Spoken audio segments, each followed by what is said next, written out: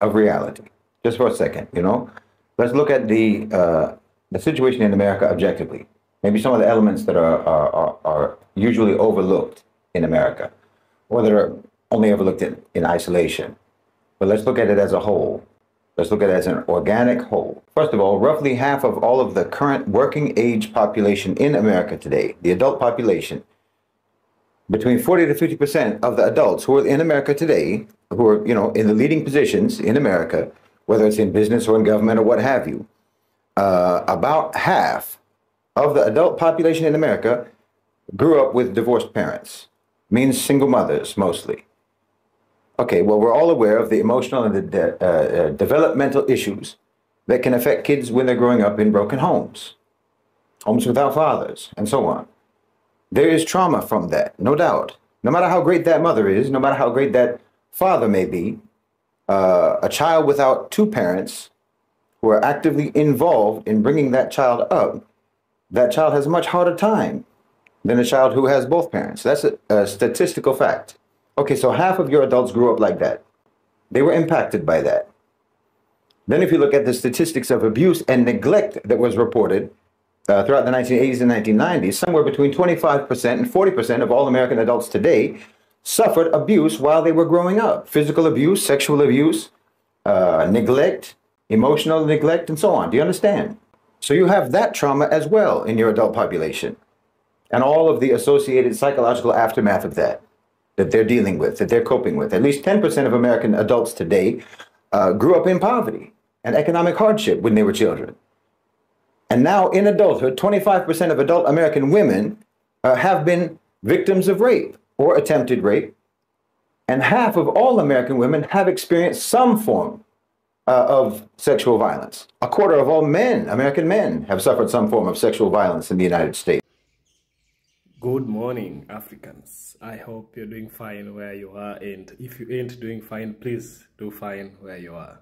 Such a beautiful morning today. Just had some rainfall the other day, so such a beautiful morning. But I have a message for Africans, and I want you to listen to this. We should stop blaming other people for our failures. We should stop blaming other people for our mistakes. Yes, I understand some things might happen because of their influences. But here I am warning you, and here I am telling you as an African. There are problems that are caused by we ourselves. There are problems that are caused by the leaders we choose. Those people we elect into power. They don't have our best interest at heart, but we always think that they have our best interest at heart. No, that is not the case. Sometimes it is our ignorance that punishes us. Even the Holy Bible says, my people perish due to lack of knowledge. But how long should people perish due to lack of knowledge?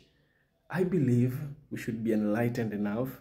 I believe that colonization and slavery taught us enough to know about how to maneuver in this world. You cannot say that 400 years of colonization and then 400 years of slavery did not teach us anything. Yes, it did. In America, yes, it did. And I'm not speaking to the black people only. I'm speaking also in general. Human beings tend to repeat history, not to learn from it. An Arab journalist, or rather an Arab, somebody who was an Arab descent, was trying to explain to the black people why they should take the bull by the horn, you understand? Take the situations and deal with them by themselves without blaming no one. I want us to listen to him. I will get back and let's dive in. Crime statistics of the past, say 4 decades, then that would leave you with 20% of all Americans who know someone who's been murdered. It's a brutal society. The people have grown up with severe and abnormal conditions in that country, all of which are deteriorative to their mental health. And now think about the fact that an adult in America today, say someone who was born in 1990, if they were born in 1990, they're 35 years old now, they likely spent 50,000 hours watching television, 40,000 hours surfing the internet, and up to 20,000 hours playing video games. That's 110,000 hours of passive media consumption. 35% of their entire life. That's more time than they probably spent working or studying or even sleeping. It's equivalent to spending every waking moment of an entire decade glued to a screen. I mean, in fact, if you want to be accurate about it, we should just subtract the time that they probably slept. You know, only count their waking hours. In that case, the average 35-year-old American has literally spent more than half of their life watching television, surfing the internet, or playing video games. Passive consumption of media, roughly 55% of their lives. I mean, no wonder whenever anything even mildly interesting happens in their life, they'll say, wow, it was just like a movie, without fail, you know? Because media is literally their frame of reference. Media, popular media, not actual experience. Now combine that with the real trauma issues that they have from growing up and from the violence and the insecurity of their society where they live. They're not processing any of that. They're not processing anything that they've been through. Instead, there's just escapism, avoidance, isolation, desensitization, you know, and this, you know, escape into false versions of reality, simplified versions of reality, and so on. The Instagram world, the virtual universe of the internet becomes their unnatural, natural habitat. The average 35-year-old American male has spent roughly 3,000 hours watching pornography. That's equivalent to about 5 months of continuous non-stop viewing. Okay, obviously all of this combined has devastating cognitive impact. Attention spans evaporate. There's a sort of a constant state of partial attention where people are continuously distracted. They're kind of paying attention and kind of not. It erodes their critical thinking skills, their problem-solving skills. It deteriorates both their working memory and their long-term memory. It erodes their emotional regulation. It causes anxiety. It causes depression. It causes volatility. It impairs their social skills, their communication skills, their empathy, their ability to even interact with people face-to-face properly. You know, it programs you with a kind of behavioral addiction, low impulse control, on and on. Not to mention information overload, where you're accessing far more information than you could ever process. And all this just ends up making your whole perspective of the world an incoherent jumble of random bits of data, random theories and opinions, and so on. And again, remember, all of this cognitive damage is being inflicted on people who most likely are already carrying real-life trauma that has never been dealt with from their childhood and from growing up. And okay, if you can afford it, you can go to therapy. Everybody's going to a therapist, right? Well, over 60% of therapists themselves report that they themselves have psychological and emotional disorders. Because of course they do. They come from the same society. You know, they try to rationalize that by calling themselves wounded healers. But very often they wound more than they heal. Because there's a very significant number of therapy patients who report abuse of one form or another from their therapists. I mean, ideally, you'd be able to talk to your family. That's what normal people would do. But we've already said that a lot of them, at least 40, 50% of them, come from broken homes. And about 30% of all American adults report that they are estranged from their families, from their parents, or from their siblings. The average close friendship in America doesn't last more than 5 years. Forget about romantic relationships, dating relationships, that barely makes it to 2 years. Usually it's only a few months. Even most marriages don't last a decade in the United States. You're people who are adrift. It's a society that's adrift. There's no anchor, there's no port, there's no dock, there's no rudder. There's no map and there's no destination. That's your society. I mean, look, America, the land of opportunity, right? Think about this. The best and greatest country in the world, the best country that ever existed, liberty, freedom, prosperity, on and on and on. But look at you. It's the land of milk and honey, but everyone is always trying to find a side hustle. Everyone is endlessly talking about being on their grind. You know, motivational speakers are a billion-dollar industry. Life coaches, self-help books. Social media is full of inspirational quotes, so-called, on and on, for supposedly people who are living in the best country in the world. While you look like, to everyone else, you look like you're constantly on the verge of a nervous breakdown. You look like you're barely holding it together. Like you need someone to pump you up just to help you get out of bed in the morning. How great can it really be? You flood social media with that stuff. All that you can do it, you know, the you can do it affirmations, all the you will survive this posts. You're beautiful, you're important, you're special, you're a champion. All of that. You flood social media with that. You flood social media with those things. And everyone in the world sees it. You understand? Everyone in the world sees that. And it looks to them like America is staring in the bathroom mirror trying to pull themselves together to face the day. That's what it looks like. You see what I mean? It looks very sad to people outside. You know, people in countries that don't proclaim to be the greatest and most wonderful nation on earth, well, they don't have to hype themselves up just to do normal things. They don't have to hype themselves up just to function in the world. People in Africa, Asia, the Middle East, Latin America, so-called, they don't need motivational speakers. They don't need life coaches. They don't need inspirational Instagram quotes just to be able to stop crying in the office parking lot and go to work. Honestly, it always looks like it's a toss-up with you, whether you're going to post an inspirational, motivational quote on social media or jump off the roof. You know, to the rest of the world, your society looks like a wreck, looks like an emotional wreck. But you see, that's because the rest of the world did not spend a third of their life glued to a screen. The average person in the global south has spent a fraction of the time that Americans have spent consuming media. They also have better relationships with their families. They have better friendships. They have better support networks. You know, they have better ways of coping with trauma. They have better ways of coping with difficulty and so on, even though they're not fortunate enough to live in the best country in the world. You know, Bolivia's bathroom isn't framed with, you know, sticky notes telling it what a winner it is and how it's going to crush it today. Indonesia isn't driving to work listening to Tony Robbins on their headphones.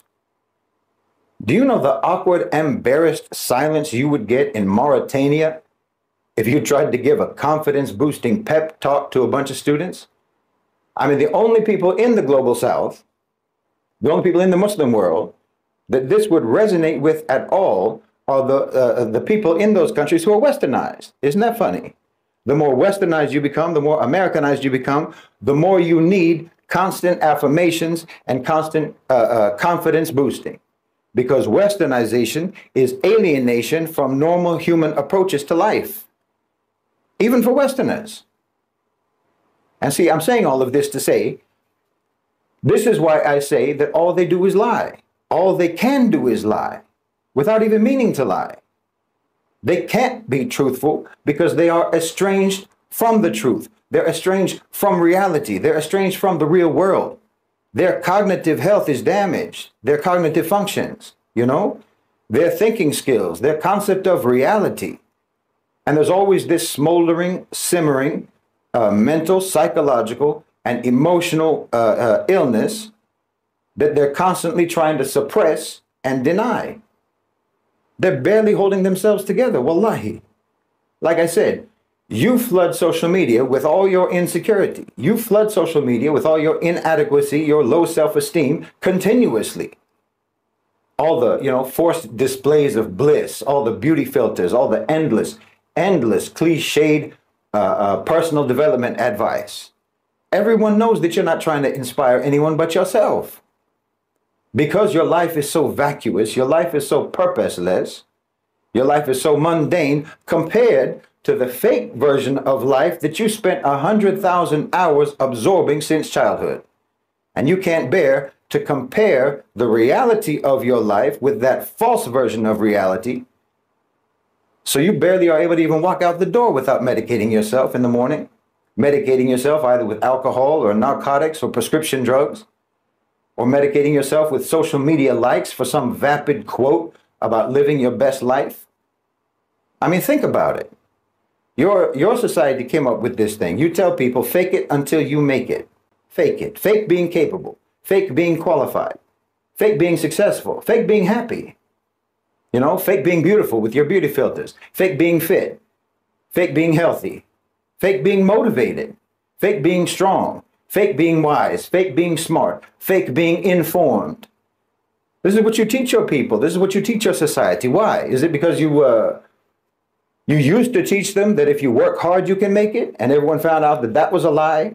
So now you tell them that the key to success is to be fake? What kind of culture is this?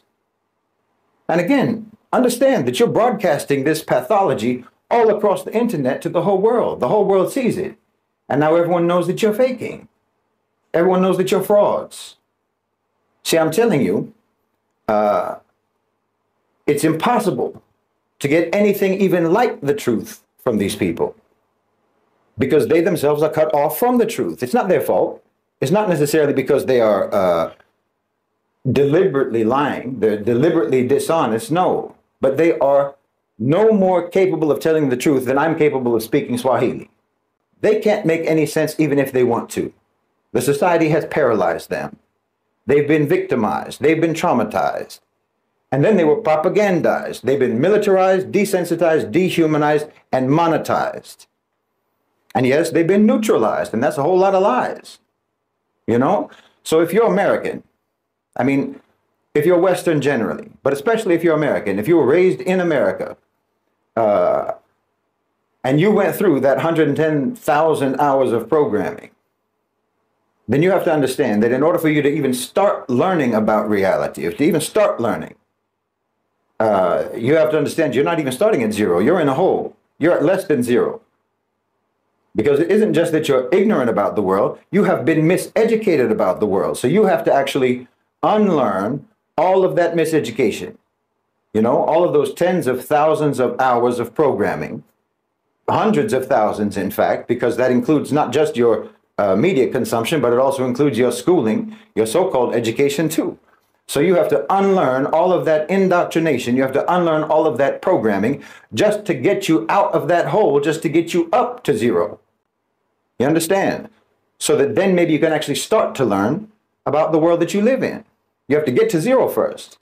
But not only have they got you in a hole, they've got you to where you don't even know how to climb out of the hole. You don't even have those skills, the climbing skills, because they taught you the most dysfunctional approach to knowledge and the most dysfunctional approach to the processing of information imaginable. You know, it's an approach that basically prevents any sort of understanding. And I think it's calculated. See, this is where you have to understand that there's layers of gaslighting that they do. The complexity of their tactics to mislead you. It's not that straightforward. It's not just that, you know, the gaslighting for them isn't just that they want to make you believe that you're not seeing what you think you're seeing. You know, it's not just trying to tell you that something is other than what it is, and what you can tell it is, what you see it is. That's amateur level, you know, telling you it's day when it's actually night. No, they go deeper than that. They'll actually have you doubting your own reasoning. They'll make you doubt not only what you're seeing, but they'll make you doubt the whole mental process that takes place in your mind that explains to you what you're seeing. They're throwing a monkey wrench in the whole machinery of your common sense. Like if it's night, okay, if it's night and they tell you that it's day, then they'll tell you, well, the sun is actually there. It didn't go away. Technically, the sun's light is still shining on the earth after all. So what does night really even mean, actually? You know, night means the absence of the sun, right? And the sun is never actually absent. So really, there's no such thing as night, actually, if you think about it. See what I mean? This is what they do. This is how they play with words. This is how they manipulate and how they abuse normal logical sense, just so that they can make everything nonsensical. Because when everything is nonsense, then nothing means anything. There is no right or wrong. Nothing has a definition. Nothing has any meaning. Everything is arbitrary. Everything is subjective. Everything is meaningless. And that's how they want it. That's how they want you to operate in the world. I'm telling you, it's intellectual sadism. They're torturing your mind. And they've done it to you your whole life. And then at the end of that, even intelligence and even sense don't have any meaning or value, which means that anyone and everyone's opinion has equal validity and equal value, which is the same thing as devaluing knowledge, devaluing truth. Please understand me. And that's free speech, so-called. You know, free speech, the way they do it, is just a way to completely drown out reasonable, intelligent, informed, and knowledgeable voices. That's why they support free speech, because the truth is, if you want to learn, the only way to learn is to listen, is to shut your own mouth and listen. There's no other way to do it. Nobody learns by talking. Your own voice never taught you anything. You know, they say talk is cheap. Well, in America, it's free, and they made it free for a reason. And the reason is because they want the noise. They want the noise. They've worked it out so that you can actually censor people even more effectively by letting everyone talk. Now they don't have to silence anyone anymore. They don't have to silence anyone. All you have to do is increase the volume on everyone so that then the voices that you should be listening to can't be heard. Oh, it's brilliant. It's as brilliant as it is diabolical. Now that's the way they can make sure that you never get out of the hole. You see how it works? So my message first is for the Muslims, for our ummah, and for the people in the global south more broadly. The decolonization of your intellect requires that you recognize that non-Muslim Westerners, that Americans, are literally incapable of telling the truth. Even if they want to, they can't do it. You're dealing with the people who are afflicted with debilitating cognitive damage, debilitating emotional disorders, crippling psychological and mental confusion and dysfunction. They'll treat a yes or no question like it's a multiple choice. They'll treat it like it's an essay question. No, you need to push all of that aside. You need to push all of that off the table. You need to hit the mute button on all of that. And as for Westerners, as for Americans, I'm telling you that you need to recognize what your society has done to you. You need to recognize that no society that cares about you would ever do that to you. And you need to realize that your society requires you to pump yourself up, hype yourself up, intravenously inject a constant flow of affirmations and motivations and constant pressure to fight and to struggle and to hustle and to compete and fake it until you make it. Well, that's not a society that wants you to succeed. That's a society that does not facilitate your success. It's a society that makes success unattainable. And then they try to make you feel like it's your fault that you're not a billionaire. They want you to feel like it's your fault and that you're a failure because their system is rigged. They want you to think that it's all your fault that 10% of that population controls 70% of the wealth. And make you think it's your fault that you didn't try hard enough to get into that 10%, as if the 90% of the population are the blameworthy ones and not the inhumanly greedy 10%. And you need to realize that your society has wronged you. They've wronged you very badly. You need to realize that you're not safe, you're not healthy, you're not informed, and you're not happy. And they have deprived you of even the ability to ever become any of those things. All you can do, all you are allowed to do, and all that is actually required of you to do is to fake it. No matter how bad it is, no matter how bad it gets, you're expected to just slap on a big white tooth smiling filter and pretend. They want you to perform America. That's your obligation. Forget about your own happiness. You have to perform America for the world. Never mind that whole audience is mortified by this performance and they've already left. Yeah. Now I hope Africans have learned from the journalist, the Arab. Some people like calling him an individual who is always pessimistic. Some people like calling him an individual who is always for the West. But in this case, I don't think this individual is for the West. I think he is for the people of Africa. He is for the people who need the message. You listen. Therefore, the people who need the message. Listen carefully, kindly. Yeah?